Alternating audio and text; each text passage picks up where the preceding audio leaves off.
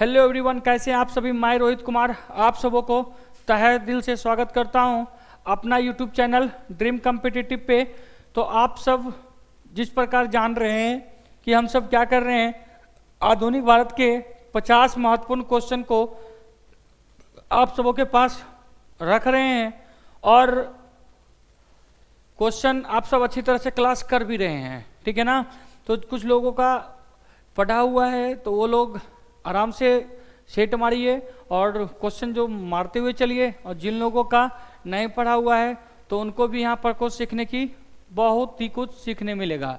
तो आप सबों से रिक्वेस्ट है छोटा सा कि अपने मित्रों के पास तेजी में शेयर कर दें और क्वेश्चन को आप सब ज़्यादा से ज़्यादा सही जवाब देने का कोशिश कीजिए। तो आपका सबसे पहला क्वेश्चन आ गया, स्वदेशी एवं बहिष्कार का संबंध किस आंदोलन से है। तेजी में बता दीजिए आप सब। पहला नंबर क्वेश्चन आ गया, स्वदेशी एवं बहिष्कार, ठीक है ना जी। स्वदेशी एवं बहिष्कार का संबंध किस आंदोलन से है। तेजी में बताइए, स्वदेशी एवं बहिष्कार का संबंध किस आंदोलन से है। तो जो लोग ऑप्शन नंबर 1 मार रहे हैं तो उनका राइट आंसर है, क्योंकि आप सबको पता होगा, क्या पता होगा कि 1903 ईस्वी में जब बंगाल विभाजन हुआ तो उसी टाइम सभी लोग ने क्या किए, स्वदेशी और बहिष्कार संबंध आंदोलन किए। और इस आंदोलन में कौन सा आंदोलन में किया गया बाबू, तो उसको याद रखिएगा, बंग भंग आंदोलन, ठीक है ना। तो ये कब हुआ है, तो 1903 बंगाल विभाजन के समय किया गया था। चलते हैं अगले क्वेश्चन की ओर। यहाँ पर क्या बोल रहा है जी, अभिनव भारत की स्थापना किनके द्वारा किया गया। तेजी में बताइए, अभिनव भारत की स्थापना, तेजी में बताइए बाबू, अभिनव भारत की स्थापना किनके द्वारा किया गया था। तो आप सबों को पता होगा, अभिनव भारत में 1904 ईस्वी में वीडी सावरकर और इन्हीं के भाई जो हैं गणेश सावरकर, ठीक है ना जी। कौन है जी, वीडी सावरकर और गणेश सावरकर, दो भाई ने मिलकर क्या किया था, इनको अभिनव भारत की स्थापना किया था। तो भाई इसमें आपका राइट आंसर कितना हो जाएगा, तो राइट आंसर डी हो जाएगा, वीडी सावरकर। अगर जो ये रहते, ठीक है ना, अगर जो गणेश रहते तो फिर दोनों हो जाएगा। दोनों बात को ध्यान में रखिएगा। चलते हैं अगले क्वेश्चन की ओर। अगला क्वेश्चन क्या कर रहा है भाई, उसको सुनिए। अगला क्वेश्चन कर रहा है, लंदन में इंडिया हाउस की स्थापना किसने किया था। इसका जल्दी से बताइए, लंदन में इंडिया हाउस की स्थापना किसने किया था। दीदी में बताइए। देखिए, तो लंदन में इंडिया के जो विद्यार्थी थे, ब्रिटेन में जो यहाँ के भारत के विद्यार्थी पढ़ रहे थे, तो उनको राष्ट्रीयवाद, ठीक है ना, राष्ट्रीयवाद के बताने के लिए या प्रचार करने के लिए क्या किया गया, लंदन में इंडिया हाउस की स्थापना किया गया था। तो कौन किए थे बाबू, तो नाम उनका हो जाएगा, क्या हो जाएगा जी, राइट आंसर सी हो जाएगा, श्यामजी कृष्ण वर्मा, ठीक है ना। श्यामजी कृष्ण वर्मा ने इनकी क्या किए थे, लंदन में इंडिया हाउस की स्थापना किया था। किस लिए किया था, तो आपको अभी जस्ट बताए, क्या बताए बाबू, कि मतलब ब्रिटेन में जो लोग पढ़ रहे थे, ब्रिटेन में जो भारतीय स्टूडेंट थे उनके लिए राष्ट्रवाद के बारे में बताना, इसीलिए उन्होंने क्या किए थे, इंडिया हाउस की स्थापना किए थे। चलते हैं अगले क्वेश्चन की ओर। अगला क्वेश्चन कह रहा है, भारतीय क्रांति की माता किन्हें कहा गया है। जल्दी से बताइए, भारतीय क्रांति की माता किसे कहा गया है। तेजी में, भारतीय क्रांति के माता किसे कहा गया है।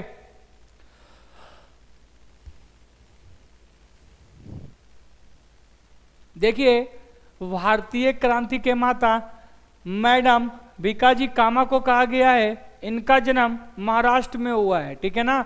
तो याद रखिएगा, भीकाजी कामा को भारतीय क्रांति की माता भी कहा जाता है। चलते हैं अगला क्वेश्चन। अगला क्वेश्चन क्या कह रहा है जी, किसे विदेश में सर्वप्रथम, मतलब किसने विदेश में सर्वप्रथम भारत की ध्वज को फहराने का श्रेय जाता है? इसका भी आंसर जल्दी से बताइए। किसे विदेश में सर्वप्रथम राष्ट्रीय ध्वज फहराने का श्रेय जाता है? तो जल्दी से बताइए।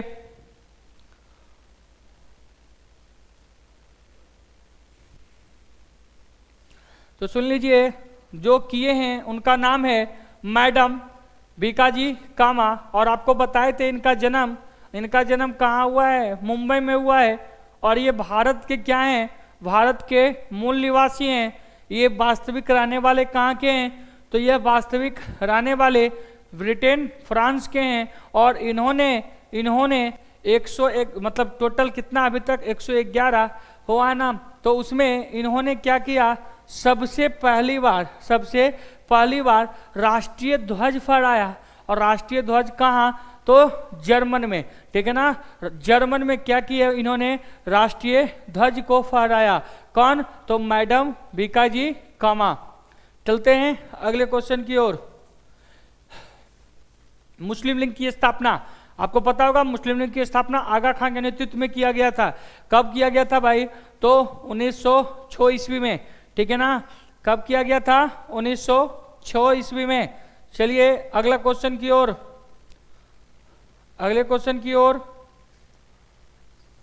क्या कह रहा है? 1911 में आयोजित दिल्ली दरबार के समय भारत के वायसराय कौन थे? जल्दी से बताइए। आपको पता होगा जब बंगाल विभाजन हुआ था उसी टाइम उसकी राजधानी बंगाल से, मतलब कहाँ? दिल्ली लाया जा रहा था। तो उस टाइम जो दिल्ली दरबार लगा था, तो उस टाइम के वायसराय कौन थे? तो उस समय के वायसराय जो थे लॉर्ड हार्डिंग्स थे, ठीक है ना बाबू। कौन थे? Lord Hardinge. इसका राइट आंसर कितना हो जाएगा? सी हो जाएगा। चलते हैं अगले क्वेश्चन की ओर। अगले क्वेश्चन कह रहा है दिल्ली दरबार के संबंध में कौन सा कथन सत्य है? क्या बोल रहा है जी? दिल्ली दरबार के संबंध में कौन सा कथन सत्य है? तो क्या कह रहा है? ऑप्शन पढ़िए। एक बात और आपको बता दें, जब आप क्वेश्चन बनाने चलते हैं तो एक छोटा सा काम कीजिए कि क्वेश्चन जो है, ऑप्शन जो है ना, टोटल ऑप्शन पढ़ने का कोशिश कीजिए। क्या बाबू? टोटल ऑप्शन पढ़ने का कोशिश कीजिए। तो इसमें सबसे पहले कह रहा है इनमें बंगाल विभाजन को रद्द कर दिया। एकदम सही बात। ये जो दिल्ली दरबार जो लगाया, दिल्ली दरबार लगने का बस सबसे कारण यह भी था, क्या हो गया जी? बंगाल विभाजन। क्या? बंगाल विभाजन, ठीक है ना। पहली बात, बंगाल विभाजन को रद्द कर दिया था। जो बंगाल विभाजन हुआ था उसको क्या किया? मान्यता खत्म कर दिया। दूसरा, बंगाल से अलग बिहार को नया प्रांत बनाने की घोषणा, ये भी बात सत्य है, ठीक है ना। उसी टाइम कह दिया गया था कि बंगाल से बिहार क्या होगा? अलग होगा। और तीसरा ऑप्शन क्या कह रहा है? दिल्ली को भारत की राजधानी बनाने की घोषणा दिल्ली दरबार में किया था। तो दिल्ली दरबार आपको जस्ट अभी बताए थे 1911 में लगाया गया। और दिल्ली दरबार में जब ये घोषणा हुआ तो टोटल तीन बातें किया गया था। मतलब इसमें उपयुक्त में सभी, जिनका डी आंसर आया है उनका सही है। चलते हैं अगले क्वेश्चन की ओर। अगला क्वेश्चन क्या कह रहा है भाई? इसको ध्यानपूर्वक आप सब सुनिए। क्या कह रहा है? नई राजधानी दिल्ली में प्रवेश करते समय वायसराय लॉर्ड हार्डिंग्स पर किसने बम फेंक दिया था? किसने बम फेंक दिया था? तेजी में बताइए बाबू।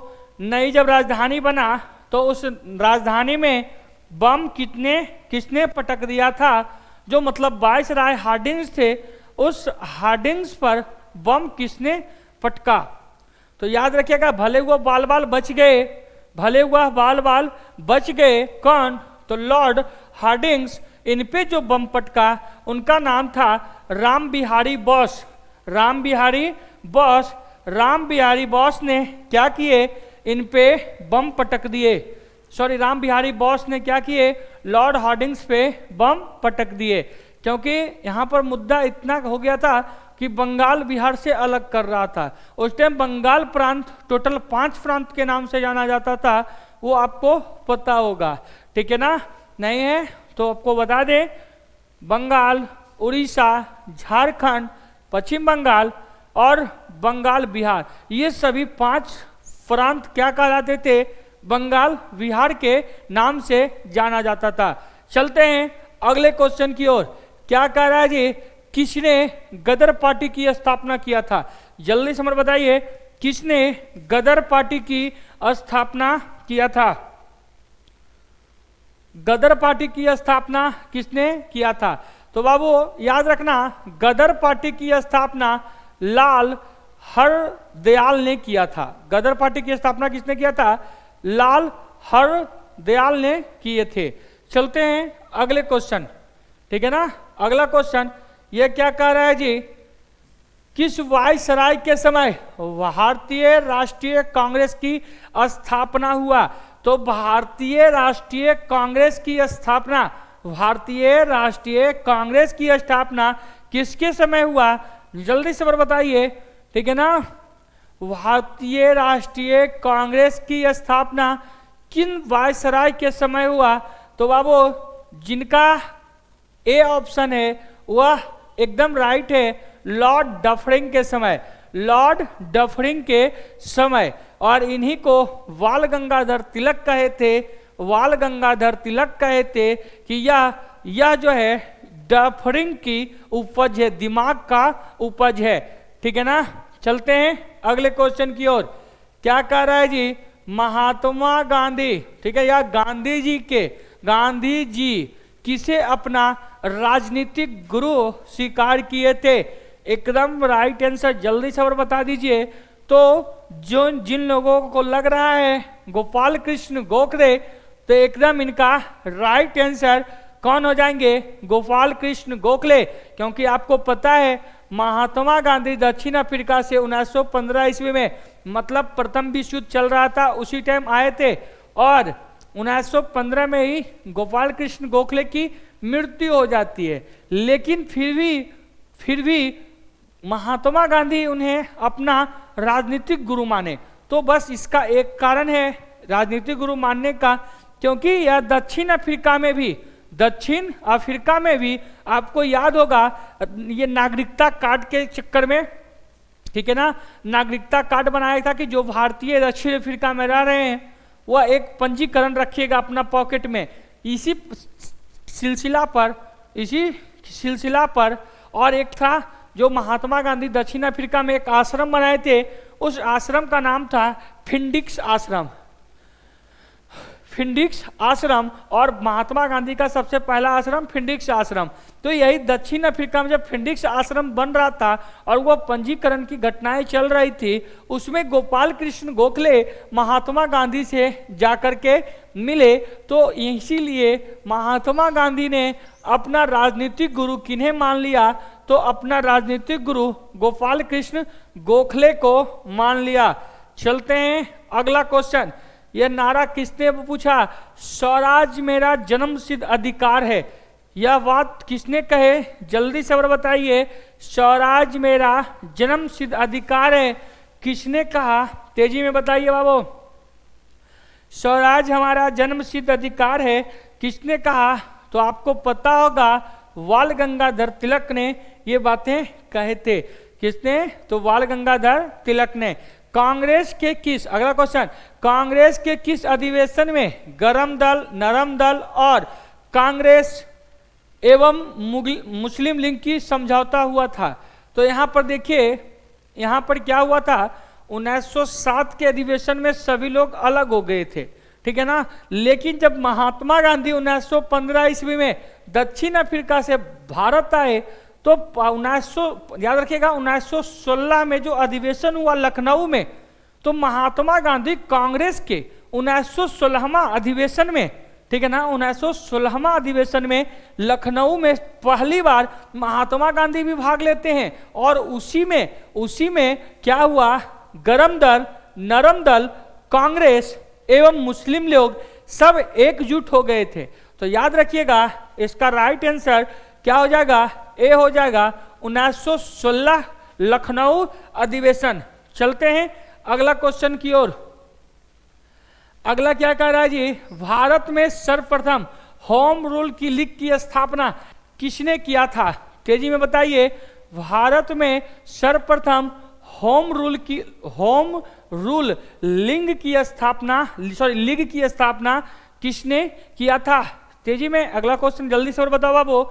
72 का तेजी में बताइए। तो बाबू आपको पता होगा होम रूल की स्थापना बाल गंगाधर तिलक ने किया था। बाल गंगाधर तिलक ने किया था। आपको यह बात भी पता होगा बाल गंगाधर तिलक के मृत्यु पर ही असहयोग आंदोलन शुरुआत हुआ था। एक बात और बता दें, बाल गंगाधर तिलक एकमात्र ऐसे नेता हैं जो कांग्रेस के कभी भी अध्यक्ष नहीं बने हैं। ठीक है ना, इनसे दो बातें याद रखिएगा और बहुत बातें जो आएगा बताते हुए रहेंगे। क्या बोले, कांग्रेस के एक बार भी अध्यक्ष नहीं बने। कौन? तो बाल गंगाधर तिलक। और इनकी मृत्यु के बाद ही क्या होता है, बाल गंगाधर तिलक की असहयोग आंदोलन शुरुआत होता है। चलिए जल्दी से और बताइए। 73 जालियांवाला बाग हत्याकांड कब घटित हुआ था? तेजी में बताइए, जालियांवाला बाग हत्याकांड कब घटित हुआ था? तो याद रखिएगा जालियांवाला बाग हत्याकांड, जालियांवाला कहाँ, अमृतसर में हुआ था। और अमृतसर में सभी एक फील्ड है जालियांवाला, उसमें सभी लोग बैठ के मीटिंग कर रहे थे। तो अंग्रेज को लगा कि यहाँ मीटिंग नहीं कर रहा है भाई, यहाँ मेला नहीं है तो झमेला है। तो इसी में अंग्रेज ने क्या किया, गोली चलाने की आदेश दे दिया। और गोली चलाने का आदेश कब देता है? तो 13 अप्रैल 1919 ईस्वी को। कब बाबू? 13 अप्रैल 1919 ईस्वी को क्या करता है, जालियांवाला बाग घटना चला। चलते हैं अगला क्वेश्चन की ओर।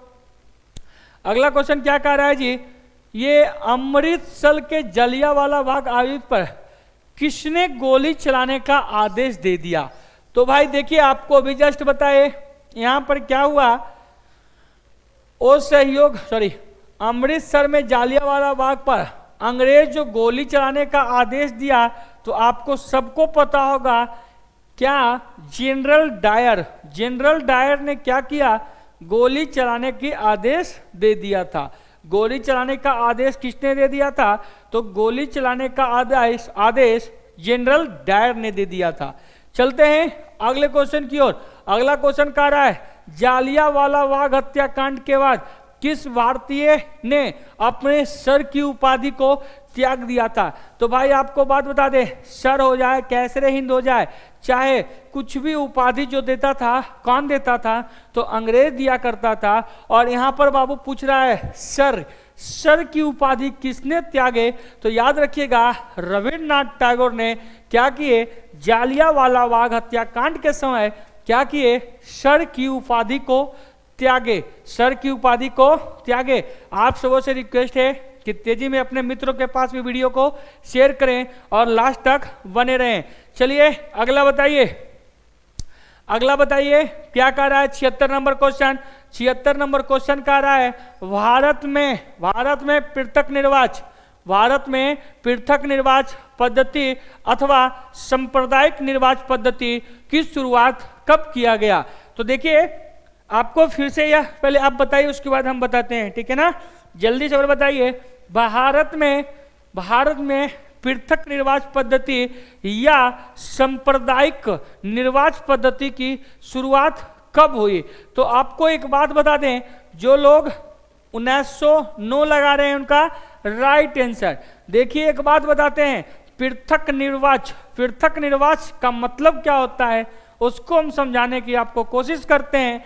यहाँ पर एक एक्ट बन के आता है, जिस एक्ट का नाम था क्या नाम था जी, मार्ले मिंटो सुधार अधिनियम 1909 का। और छोटकी इसमें जो बात बताया, इसमें ये क्या किया, पृथक निर्वाचन या सांप्रदायिक निर्वाचन की बातें कौन करता है जी, तो इसी एक्ट में किया गया था।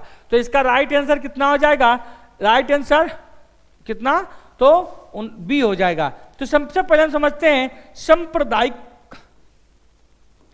सांप्रदायिक का मतलब, ठीक है ना, सांप्रदायिक निर्वाचन या पृथक निर्वाचन का मतलब। देखिए यहां पर क्या होता है, सीट होता है दो प्रकार का, एक होता है आरक्षित और दूसरा जो होता है सांप्रदायिक।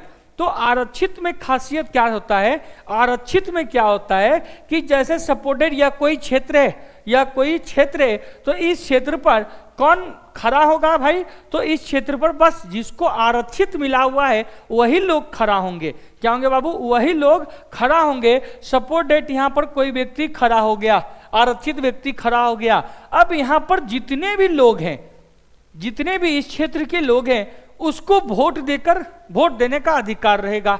लेकिन सांप्रदायिक या पृथक निर्वाचन का मतलब होता है कि सपोर्टेड इस क्षेत्र से अगर जो कोई मुस्लिम खड़ा हुआ है, तो इसको इस क्षेत्र में अगर जो और कोई कास्ट के लोग हैं, तो वो उसको वोट नहीं दे सकता है। क्या नहीं दे सकता बाबू, वोट नहीं दे सकता है। तो इसमें अगर जो वोट कौन देगा, तो इसको मुस्लिम ही वोट देगा।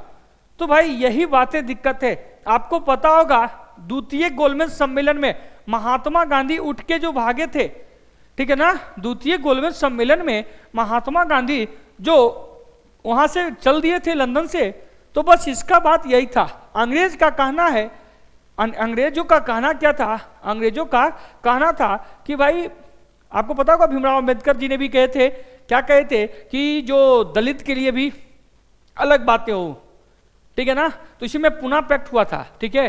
तो ये सांप्रदायिक और आरक्षित का बस इतना ही अंतर है कि आरक्षित क्षेत्र होगा तो उसमें वोट जो आरक्षित व्यक्ति खड़ा होंगे उम्मीदवार, लेकिन उसको वोट कौन डालेगा, तो उसको वोट डालेगा कौन, तो सभी लोग डालेंगे। लेकिन पृथक निर्वाचन का मतलब या सांप्रदायिक का मतलब है कि अगर जो इधर से कोई व्यक्ति मुस्लिम खड़ा हुआ है, तो उस क्षेत्र में वोट देने का अधिकार बस किसे होगा, मुस्लिम को होगा। तो महात्मा गांधी इन्हीं का क्या थे बाबू, सपोर्टर नहीं थे, ठीक है ना। और आपको पता होगा, आपको पता होगा कि भारत से पाकिस्तान अलग हुआ कब, ठीक है ना, 1947 में, सॉरी 1946 में। और लेकिन इसका नींव कब डाला गया था, तो नींव डाला गया था 1909 ईस्वी में, ठीक है ना। चलते हैं अगले क्वेश्चन की ओर। अगला क्वेश्चन क्या कह रहा है जी, देखिए क्या कह रहा है, गांधी जी ने भारत में सर्वप्रथम सत्याग्रह का प्रयोग कहां किया था।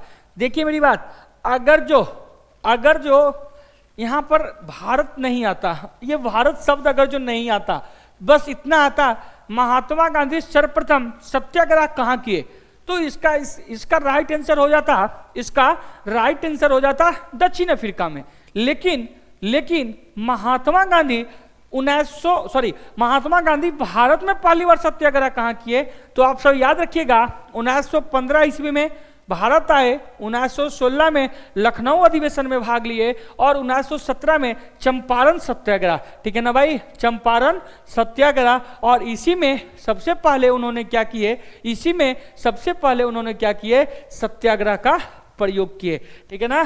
चलते हैं अगले क्वेश्चन की ओर। अगला क्वेश्चन क्या कह रहा है जी, 78 नंबर। ये क्या कह रहा है, खिलाफत आंदोलन में मुख्य भूमिका किसने निभाई। तो भाई यहां पर भी आपको लोग समझिए, ये खिलाफत आंदोलन क्या है। तो जैसे ही वो सहयोग आंदोलन चौरी चौरा हत्याकांड के बाद समाप्त हुआ, उसके बाद ही खिलाफत आंदोलन शुरू होता है। तो खिलाफत आंदोलन क्या है उसको थोड़ा सा समझते हैं। आपको हम बताए थे कि मुस्लिमों का एक हेड होता है जो इस्लाम धर्म का धर्म गुरु कहलाता था। और धर्म गुरु किसे कहते हैं हम सब, तो खलीफा को। किसको कहते हैं बाबू, खलीफा को। अब यहां पर ये अंग्रेज क्या कर रहा था, तुर्की में एक खलीफा पद को घसकाना चाह रहा था। तो भाई घसकाना इसलिए चाहता था क्योंकि इस्लाम धर्म के हिसाब से इस्लाम धर्म के लोग ना तो नृत्य कर सकते हैं, ना ही क्या कर सकते हैं, चित्रकार कर सकते हैं। तो भाई यही चीज को देख करके यहाँ के जो अंग्रेज थे उनको लगा कि भाई इसको अब क्या करना चाहिए, बदलना चाहिए। तो इन्होंने क्या किया, खलीफा पद को खत्म करने के लिए, खलीफा पद को खत्म करने के लिए ये अंग्रेज दिमाग लगा रहे थे। तो इसी में भारत में लोग हैं, भारत के लोग जिनका नाम क्या है बाबू, जिनका नाम है, दो भाई हैं, एक भाई का नाम है मोहम्मद अली और दूसरा का नाम है शौकत अली। मोहम्मद अली और शौकत अली दो भाई हैं। इन दोनों ने क्या किया, खिलाफत आंदोलन पे आवाज़ उठाई, खिलाफत आंदोलन पे आवाज़ उठाई। और जब खिलाफत आंदोलन पे आवाज़ उठाई तो महात्मा गांधी भी बोले कि हम भी तुम्हारा सपोर्ट करेंगे, हम भी आपका सपोर्ट करेंगे। इस पे आपको यह पूछ सकता है कि खिलाफत आंदोलन में भारत का कौन कौन साथ नहीं दिया। तो ये दोनों ये बात भी याद रख सकते हैं, जो साथ नहीं दिए उनका नाम, एक का नाम है पंडित मदन मोहन मौलवी, पंडित मदन मोहन मौलवी, इन्होंने साथ नहीं दिया, पहली बात। दूसरा एक और है जिनका नाम है अली जिन्ना। पंडित मदन मोहन मौलवी और अली जिन्ना ये दोनों जो हैं खिलाफत आंदोलन में साथ नहीं दिए। चलते हैं अगले क्वेश्चन, इसका राइट आंसर कितना हो जाएगा बाबू, डी। चलते हैं, यहां क्या आया, चंपारण में प्रचलित तिनकठिया पद्धति का संबंध किस चीजों से है। तो भाई याद रखिएगा, चंपारण में प्रचलित तिनकठिया पद्धति का संबंध नील की खेती से था। क्या था बाबू, नील की खेती से था। तो इसका राइट आंसर सी हो जाएगा। किससे होगा बाबू, राइट आंसर सी हो जाएगा। जैसे तिनकठिया मतलब होता है एक बीघा में 20 कट्ठा, एक बीघा में कितने कट्ठा, 20 कट्ठा। तो भाई 20 कट्ठा में 1/3, तिनकठिया मतलब 1/3, मतलब एक बीघा में 20 कट्ठा में 3 कट्ठा आपको जबरदस्ती नील की खेती करनी होगी, नील की खेती करनी होगी, जिससे सभी लोग क्या थे, परेशान थे। नील की खेती से करने से क्या होता है, जो भूमि का उपजाऊ क्षेत्र होता है वो उसका नष्ट हो जाता है, ठीक है ना। तो भाई यही बात है, चंपारण के लोग, चंपारण में सभी लोग क्या थे, वो बहुत ज़्यादा परेशान थे, ठीक है ना। चलते हैं अगले क्वेश्चन की ओर। असहयोग आंदोलन की शुरुआत कब हुआ। चल दिए 80 नंबर क्वेश्चन, असहयोग आंदोलन की शुरुआत कब हुआ। तो आपको बता दें, जालियांवाला बाग हत्याकांड के बाद ही क्या किया गया, असहयोग आंदोलन की शुरुआत हुआ, ठीक है ना। इसका राइट आंसर कितना हो जाएगा, 20 हो जाएगा। जल्दी से और बताइए अगला क्वेश्चन, किस घटना के कारण असहयोग आंदोलन क्या कर दिया गया था, स्थगित कर दिया गया था, बंद कर दिया गया था। तो भाई आपको बता देते हैं, असहयोग आंदोलन बहुत अच्छा ट्रेंडिंग में चल रहा था, लेकिन घटना क्या हुआ उसको आपको हम समझाते हैं। यहाँ पर एक जगह है गोरखपुर के पास जिसका नाम है चौड़ी चौड़ा। एक जगह है जिस जगह का गोरखपुर के पास जिसका नाम है चौड़ी चौड़ा, और उस चौड़ी चौड़ा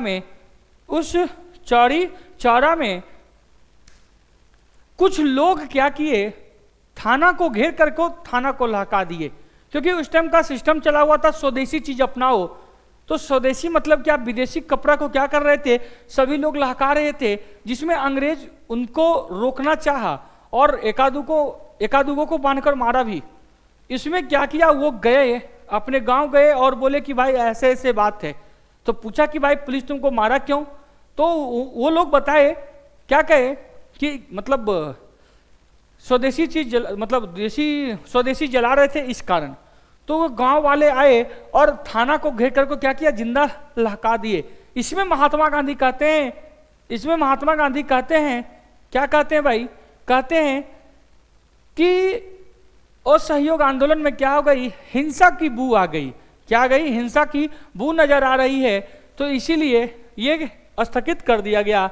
तो इसका मेन सबसे बड़ा कारण क्या है, चौड़ी चौरा हत्याकांड, चौड़ी चौरा हत्याकांड। चलिए यहां पर देखिए क्या कह रहा है जी, स्वराज पार्टी की स्थापना। तो असहयोग आंदोलन में आपको पता होगा महात्मा गांधी सबसे पहले इसको पारित करना चाहते हैं, लेकिन चित्तरंजन दास इसको मना कर देते हैं, कहते हैं कि भाई ये सही नहीं है।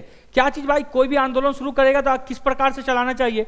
तो महात्मा गांधी कांग्रेस के पार्टी में बताए कि स्वदेशी चीज क्या करेंगे, हम सब देशी अपनाएंगे, स्वदेशी क्या करेंगे मतलब जलाएंगे। तो इसमें चित्तरंजन दास पहले मतलब कि इन्वॉल्व नहीं थे, लेकिन धीरे धीरे जब ट्रेंडिंग में आ गया तो चित्तरंजन दास भी इन्वॉल्व हो गए और जब चौरी चौरा हत्याकांड से पहले सभी भारतीय नेता को पकड़ पकड़ के बंद कर दिया था और चित्तरंजन दास को भी जेल में बंद कर दिया। जब चौरी चौरा हत्याकांड पे महात्मा गांधी क्या किए, उसको बंद कर दिए, तो चित्तरंजन दास को बहुत गुस्सा आया। तो चित्तरंजन दास क्या करते हैं, अपना एक अलग पार्टी की स्थापना करते हैं जिसे क्या कहा जाता है, स्वराज पार्टी। जिसे क्या कहता है बाबू, स्वराज पार्टी। तो स्वराज पार्टी के संस्थापक किन्हें कहा गया, चित्तरंजन दास को कहा गया। एक बात और, जिसमें चित्तरंजन दास क्या है जी, जिसमें चित्तरंजन दास अध्यक्ष हैं और मोतीलाल नेहरू ये क्या है जी, सचिव हैं। तो ये दोनों ने मिलकर स्वराज पार्टी की स्थापना किए। तो स्वराज पार्टी की स्थापना किन किन ने लोगों ने मिलकर किया, तो भाई मोतीलाल नेहरू और चित्तरंजन दास। मोतीलाल नेहरू और चित्तरंजन दास। तो इसका राइट आंसर कितना हो जाएगा, टी हो जाएगा। चलते हैं अगला क्वेश्चन की ओर। क्या कर रहा है, हिंदुस्तान सोशलिस्ट रिपब्लिकेशन एसोसिएशन की स्थापना कब और कहां किया गया था। तो भाई याद रखिएगा, रिपब्लिकेशन एसोसिएशन की स्थापना 1924 ईस्वी में कहां किया गया था, तो कहां किया गया था, कानपुर में किया गया था। अगले क्वेश्चन 84 क्या कह रहा है जी, केंद्रीय विधान परिषद में किसने बम फेंका था। तो भाई एक बात और बता देते हैं, इसमें बम पटकने वाले भगत सिंह और कौन थे, बटुकेश्वर दत्त थे। लेकिन यह बम किसी को, संसद भवन में जो बम पटका था उनमें किन्हीं को, जब इन दोनों को पकड़ लिया गया तो इन दोनों ने कहे, बम पटक कर क्या कर रहे हैं, भारत माता की जय, इंकलाब जिंदाबाद की नारा लगा रहे हैं। और सभी लोग जब इन्हें पकड़ लिया तो कहा कि तुम बम क्यों पटक रहे हो। तो इन्होंने कहा कि हमको किसी को यहाँ पर मारने का कोई दिलचस्प नहीं है, हम यहाँ मारने के लिए बम नहीं पटके हैं, ठीक है ना, कि हम जो है ना, अंग्रेज का कान बंद हो चुका है, उसका कान खोलने के लिए ये बम पटक रहे हैं, ठीक है ना। तो याद रखिएगा, केंद्रीय विधान परिषद में भगत सिंह और बटुकेश्वर दत्त ने, मतलब इसका राइट आंसर कितना हो जाएगा, डी हो जाएगा। क्या हो जाएगा बाबू, डी हो जाएगा। चलते हैं अगले क्वेश्चन की ओर।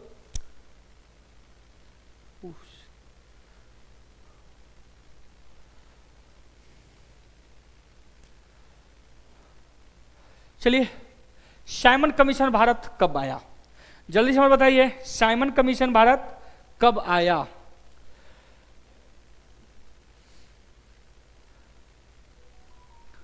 साइमन कमीशन भारत कब आया, तो भाई याद रखना, साइमन कमीशन भारत 3 फरवरी 1928 ईस्वी में आया।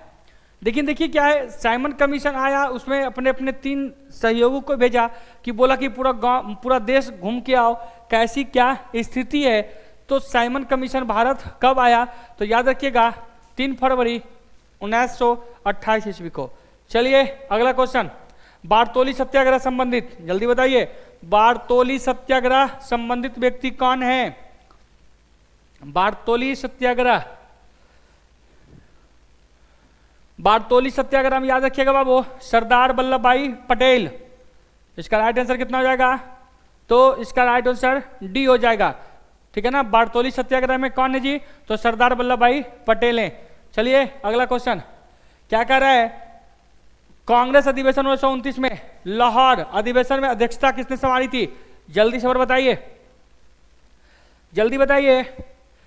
कांग्रेस के 1929 के अधिवेशन में, ठीक है ना, लाहौर में जो अधिवेशन हुआ था, उस अधिवेशन में अध्यक्षता कौन संभाले थे, तो याद रखिएगा पंडित जवाहरलाल नेहरू। और पंडित जवाहरलाल नेहरू ने यही सबसे पहला पूर्ण स्वराज की मांग किए, और कौन से अधिवेशन में, तो यही लाहौर अधिवेशन में इन्होंने क्या किए, पूर्ण स्वराज की मांग किए। तो याद रखिएगा पूर्ण स्वराज की मांग किसने किए, तो याद रखिएगा पंडित जवाहरलाल नेहरू ने। ये क्या देखिए, बस ये क्वेश्चन दे भी दिया, क्या था क्वेश्चन इसमें जी, यहाँ पर देखिए क्या बोल रहा है, कांग्रेस के किस अधिवेशन में पूर्ण स्वराज की लक्ष्य की घोषणा किया गया। तो यहाँ पर देखिए अभी जस्ट बताए 1929 के लाहौर अधिवेशन में। तुमसे यह पूछ सकता है इसकी अध्यक्षता कौन संभाले, तो इसकी अध्यक्षता पंडित जवाहरलाल नेहरू कर रहे थे। कौन कर रहे थे बाबू? पंडित जवाहरलाल नेहरू कर रहे थे। चलिए अगला क्वेश्चन, सबने अवज्ञा आंदोलन के समय भारत का वायसराय कौन था? जल्दी से बताइए, सबने अवज्ञा आंदोलन के समय भारत का वायसराय कौन था?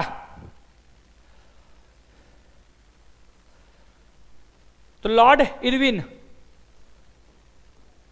कौन था भाई? सबने अवज्ञा आंदोलन के समय कौन था? लॉर्ड इरविन थे। कौन थे बाबू? लॉर्ड इरविन थे। चलते हैं अगले क्वेश्चन की ओर। यहां पर क्या आया?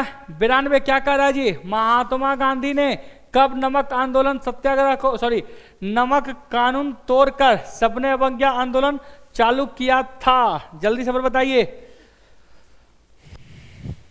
92।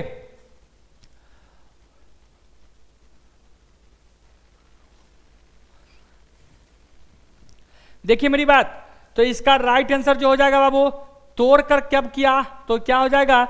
6 अप्रैल 1930। लेकिन इसमें इन्होंने क्या किया? 6 अप्रैल 1930 में उन्होंने क्या किए? अब सबने अवज्ञा आंदोलन की प्रारंभ किए, लेकिन उसने नमक यात्रा पर कब गए? तो याद रखिएगा 13 मार्च। कब किए बाबू? 13 मार्च 1930 ईस्वी को इन्होंने क्या किए? अपने आश्रम से वो कहाँ गए? नमक का कानून तोड़े। ठीक है, चलते हैं अगला क्वेश्चन।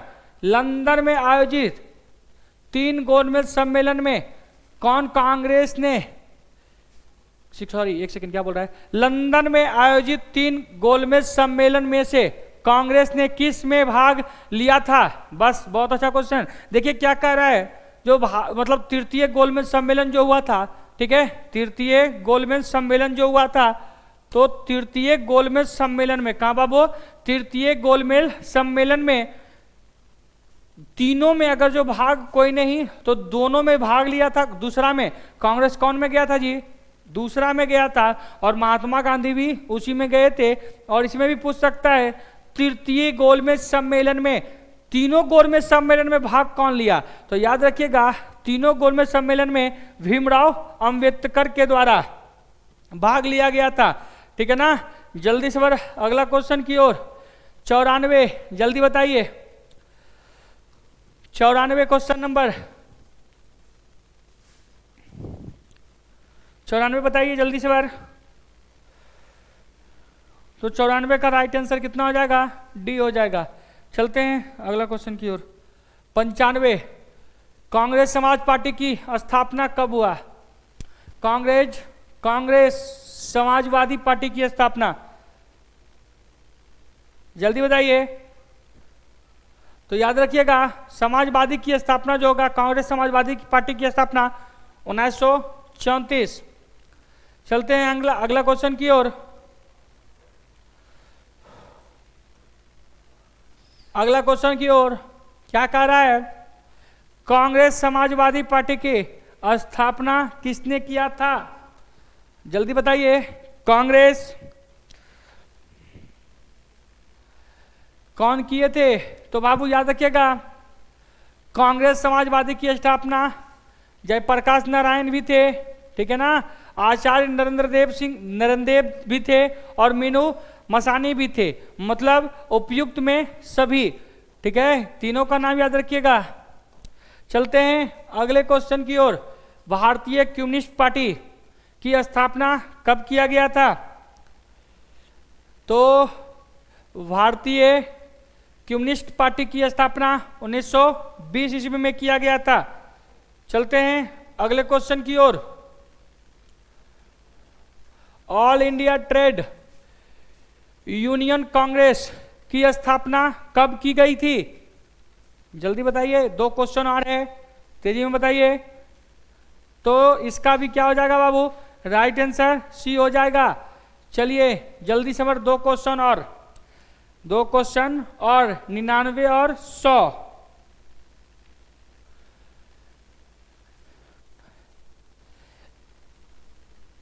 एटक के प्रथम अध्यक्ष कौन थे? तो 99 का ए हो जाएगा लाला लाजपत राय। और आपको पता होगा इन्हीं को लाठी के प्रभाव से इनकी मृत्यु हो गई थी। चलते हैं लास्ट क्वेश्चन क्या बोल रहा है जी? अखिल भारतीय किसान सभा की स्थापना कब किया गया था? अखिल भारतीय किसान सभा की स्थापना कब किया गया था? जल्दी बताइए। तो बाबू याद रखिएगा, इसका राइट आंसर सी हो जाएगा। राइट आंसर कितना हो जाएगा? सी हो जाएगा, ठीक है ना। तो आप लोग सही अच्छी से बना कर रखे, ठीक है ना। और हम कोशिश करेंगे पर डे आपका क्वेश्चन आए, और बहुत सारा क्वेश्चन आपको हल्का भी लगेगा अभी धीरे धीरे, और हम बहुत सारे क्वेश्चन आपके पास लाएंगे, ठीक है ना। बस आप लोग को क्या कीजिएगा, सही से बस क्लास कीजिए और अपने मित्रों के पास शेयर कीजिए, ठीक है बाबू। आज यहीं तक रहने देते हैं। जय हिंद, जय भारत, बाय बाय।